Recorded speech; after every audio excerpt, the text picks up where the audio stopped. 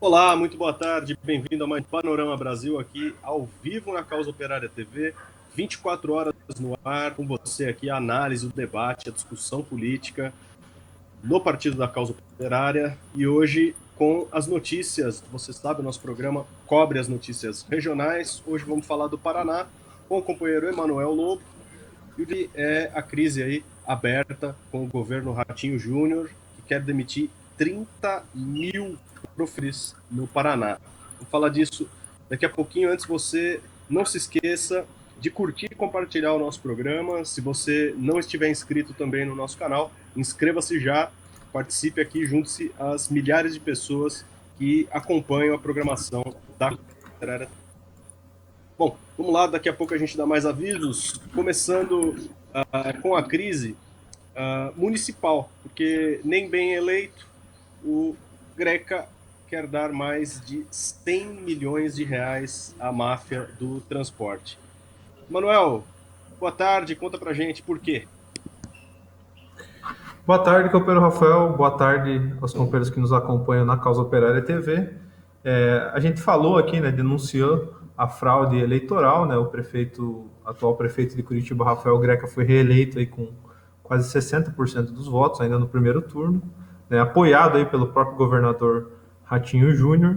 Né, o Rafael Greca foi reeleito pelo DEM, né, um dos partidos aí mais beneficiários da fraude eleitoral. E eis que ele nem começou o seu segundo mandato, ele já mostra, né, o que está sendo o seu primeiro mandato, o que vai ser o segundo, né? Ou seja, um governo aí funcionário dos capitalistas da capital paranaense, né? A questão do transporte é um escárnio, né? A tarifa sobe todo ano, enquanto que a qualidade do serviço é péssima, né? Nesse momento, inclusive, nós vamos falar aqui mais para frente, o transporte coletivo segue sendo o principal vetor de transmissão do coronavírus em casos que estão explodindo aí em Curitiba nesse momento, né? Um dos temas do programa, inclusive, o toque de recolher que o governador Ratinho decretou.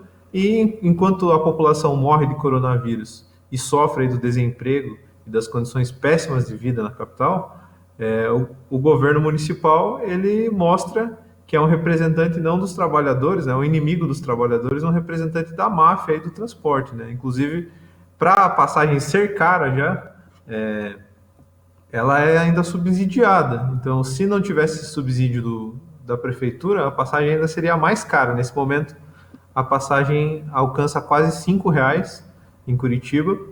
Não existe tarifa para os estudantes, nem para desempregado, não tem nenhum tipo de programa que atenda a população mais vulnerável. Então é um verdadeiro assalto contra a população e um assalto duplo, né? A população é assaltada na tarifa que paga para se locomover na cidade e é assaltada também porque vários milhões do cofre do município são dados aí a todos os meses, né? Pelo menos 20 milhões de reais são repassados aí pela prefeitura para as empresas de ônibus, né?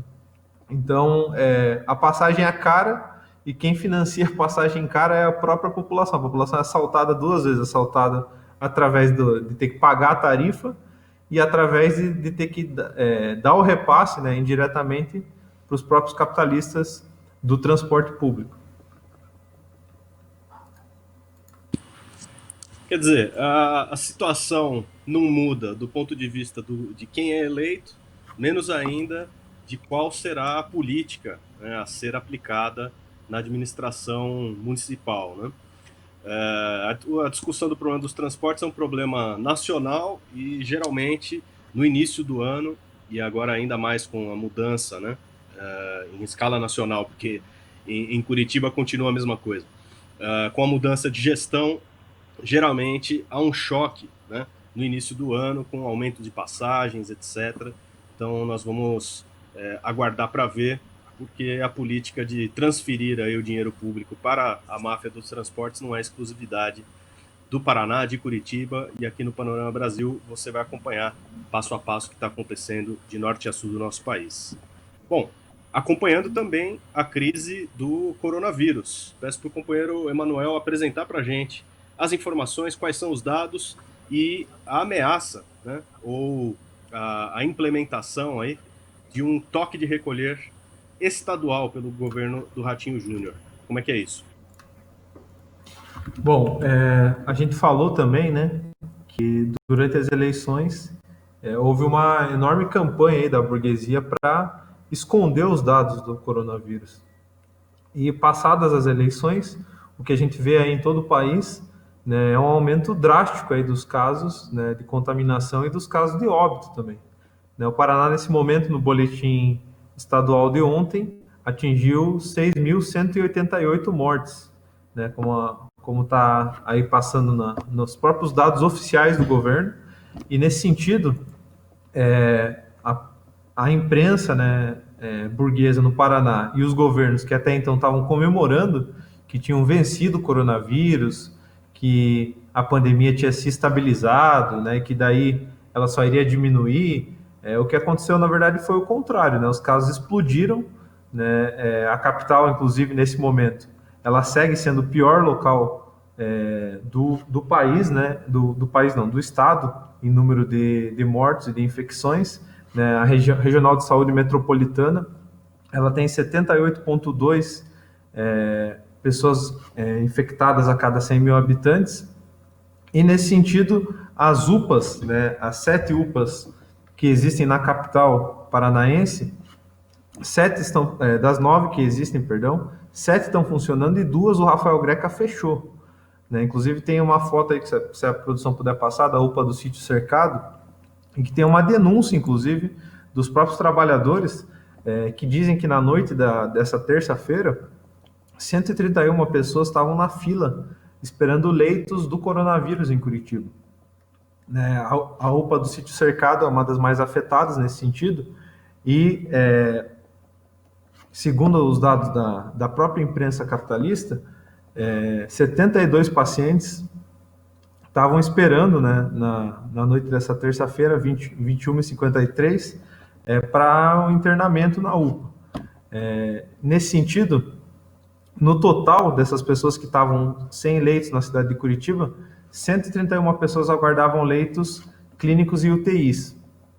E então, se por um lado, né, o governo vai lá e libera mais de 100 milhões para os capitalistas do transporte, para a saúde, nesse caso, o que falta é leito, falta profissionais da área da saúde, que são os mais infectados, inclusive pelos próprios dados do boletim aí do governo estadual. E se, por um lado, a pandemia não mostra que está sendo resolvida, né, porque não está sendo feito nada efetivamente pelo governo municipal e estadual, esses governos eles continuam mantendo, né, apesar do toque de recolher do Ratinho, é uma coisa muito contraditória.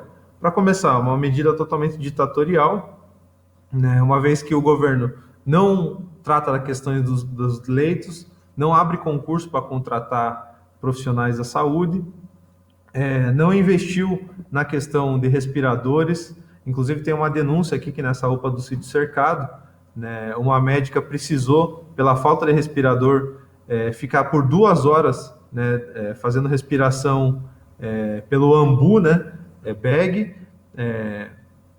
manualmente num paciente, né, que precisava de respiração artificial. Então, nesse sentido, é muito parecido com o caso que a gente viu lá em Manaus, em que, na falta de respiradores, os médicos improvisaram sacos plásticos para fazer respiradores improvisados, né, para impedir aí que pacientes que precisam de respiração artificial não viessem a óbito, né? E esse caso está acontecendo em Curitiba, que é tida aí como uma capital referência, né, uma cidade modelo, esse tipo de coisa. E o que a gente vê é que a população está totalmente abandonada aí diante da pandemia, que nesse caso não é que nem a Europa, em que se fala em segunda onda, né? Aqui nem a primeira onda passou, né?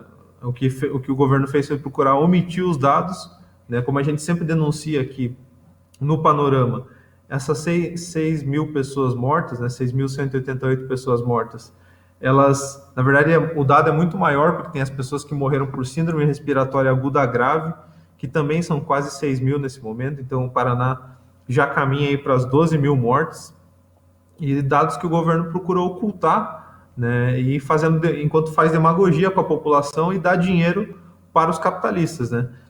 Aí já passando para o toque de recolher do Ratinho, Rafael, o governo Ratinho Júnior, nesse momento aí, é um governo muito duro, que é protagonista de uma ofensiva aí contra toda a população, né? O funcionalismo estadual decretou, tentou voltar às aulas, né, presenciais, a categoria se colocou contra, né? Agora lançou um edital de militarização das escolas e um edital de contratação de professores temporários, que na verdade contrata 4 mil e demite 30 mil, né, que é um ataque gigantesco.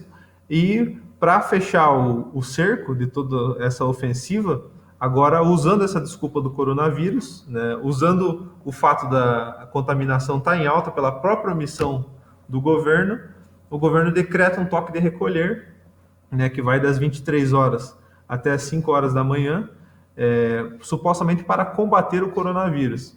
Né? E aqui é preciso denunciar que não se trata, não tem nada a ver com combater o coronavírus, isso serve para reprimir a população, né? Uma vez que o que o governo espera? Vai bater com cacetete no vírus? Não, o que vai fazer, na verdade, é reprimir as pessoas, colocando a própria culpa nas pessoas. Né? O que fez, inclusive, o prefeito Rafael Grecken, que atribuiu a mudança, a volta para a bandeira laranja na cidade, em medidas mais restritivas em relação aos comércios e tal, atribuiu a responsabilidade pela regressão na classificação das bandeiras à sociedade. Né? Então, seria assim, a população que não está se cuidando, e por causa disso os casos estão aumentando. Não é que o governo está se omitindo, né, não está dando condições nenhuma para a população lidar com o coronavírus, aí, desde a questão dos kits de higiene que a gente falou desde o princípio, né, a questão de ter alimentação, ter cestas básicas, devido ao alto desemprego que a população sofreu, o governo não fez nada disso, e agora que os casos explodem novamente, ele responsabiliza a população, né? Isso da prefeitura de Curitiba, né? O governo do estado foi além e vai colocar os militares aí para prover o tal do toque de recolher, né? Só que isso daí acontece justamente no momento em que a gente tem na capital, a gente acabou de vir na semana passada, Rafael, de um acampamento dos professores em frente ao Palácio do Governo, né, e Assembleia Legislativa, que justamente lutava contra essas 30 mil demissões que o governador Ratinho Júnior quer promover. Então, obviamente que uma coisa tem relação com a outra, né? Não se trata de combater o coronavírus, se trata de combater os trabalhadores, né, para evitar que eles se manifestem, se protestem aí, se mobilizem contra essa ofensiva extremamente reacionária aí do governo Ratinho Júnior, que é do PSD do Paraná. Tá certo. A gente acompanha aqui sempre a situação do Paraná, de todos os estados do país, no Panorama Brasil, e estamos vendo que a tendência, né, como eu disse, a parar no cacete é uma tentação, ainda mais fazendo uma pequena comparação aqui com a situação de São Paulo. Né? Nessa segunda-feira, no dia seguinte ao segundo turno das eleições, foi estabelecido aí pelo Estado que nós retroagimos, né, da fase verde para a fase amarela, né, com restrições à abertura da economia e a circulação de pessoas pela cidade. Mostra que a situação do vírus está totalmente fora de controle, e isso daí não é exclusividade de um ou outro estado, de uma ou outra capital. Os governos não têm uma política para enfrentar isso daí, a não ser de deixar a população sofrer as consequências. Agora, justamente nessa, né, situação que o desemprego cresce, a situação de pobreza, miséria no país também, né? O governo do Ratinho Júnior, do Paraná, está aí ameaçando 30 mil professores de demissão. Como é que vai funcionar isso daí? Acrescentando, né, da noite para o dia um contingente tão grande de trabalhadores aí a situação do desemprego? Bom, isso em primeiro lugar é um ataque sem precedente, né, na própria história do Paraná, né? Para uma retrospectiva rápida aqui, Rafael, o Paraná teve governos neoliberais, inclusive do qual o Ratinho participou, né, o governo do Beto Richa, do PSDB, que o Ratinho era secretário de Planejamento. Teve antes ainda, teve um período de trégua aí, né, com o governo do Requião, que era um governo alinhado aí ao governo do PT e procurou manter um acordo com o funcionalismo. Mas antes do governo Requião, teve o governo Jaime Lerner, que foi do PDT e depois do DEM, né, e que foi o governo que implementou a terceirização da educação do Paraná. Né, os professores temporários, professores e funcionários temporários de escola, chamado PSS, né, Processo Seletivo Simplificado, eles foram implementados aí durante os governos do governador do DEM, aí o Jaime Lerner, né, que procurou privatizar a educação, né, no final dos anos 90. De lá para cá, né, a gente teve a manutenção desse regime da terceirização. Então, 2/3 da categoria seguiram sendo concursados, né, o governo, de uma maneira bem esporádica, aí, né, os últimos concursos foram feitos há 8 e 15 anos atrás, durante o governo do Requião, inclusive, mas desde lá se manteve, né, 1/3 da categoria terceirizado, né, professores e funcionários temporários, e 2/3 aproximadamente de profissionais efetivos, né? E aí o que acontece? O governo Beto Richa, um governo neoliberal tucano, ele foi o primeiro a começar a colocar em pauta a questão da privatização da educação mesmo. E o governo Ratinho, né, colocou um secretário que é um capitalista, dono da Multilaser, uma empresa de tecnologia, e começou a pautar, aproveitando, né, do golpe de Estado de 2016, das medidas aí do governo Temer com a reforma do ensino médio, depois com o governo Bolsonaro na questão da militarização das escolas, né, o governo se viu livre aí para lançar uma ofensiva contra a educação no Paraná. Então o governo Ratinho Júnior, desde que ele está aí, já desferiu uma série de ataques contra a categoria dos professores e funcionários de escola pública e contra a educação em geral, porque uma vez que nós não estamos falando só da categoria de trabalho, dos professores e dos funcionários, mas também todos os estudantes, todos os pais, né, que são afetados aí com a questão da educação, ou seja, toda uma comunidade escolar aí que acaba abrangendo milhões de pessoas. E nesse sentido, né, a proposta do governo Ratinho era promover a privatização da educação através da EAD, né? Então, colocar a educação à distância, né, liquidar com vários professores, né, manter alguns poucos professores gravando aulas que seriam usadas em larga escala aí para todos os alunos, e nesse sentido destruir e liquidar uma parte da categoria.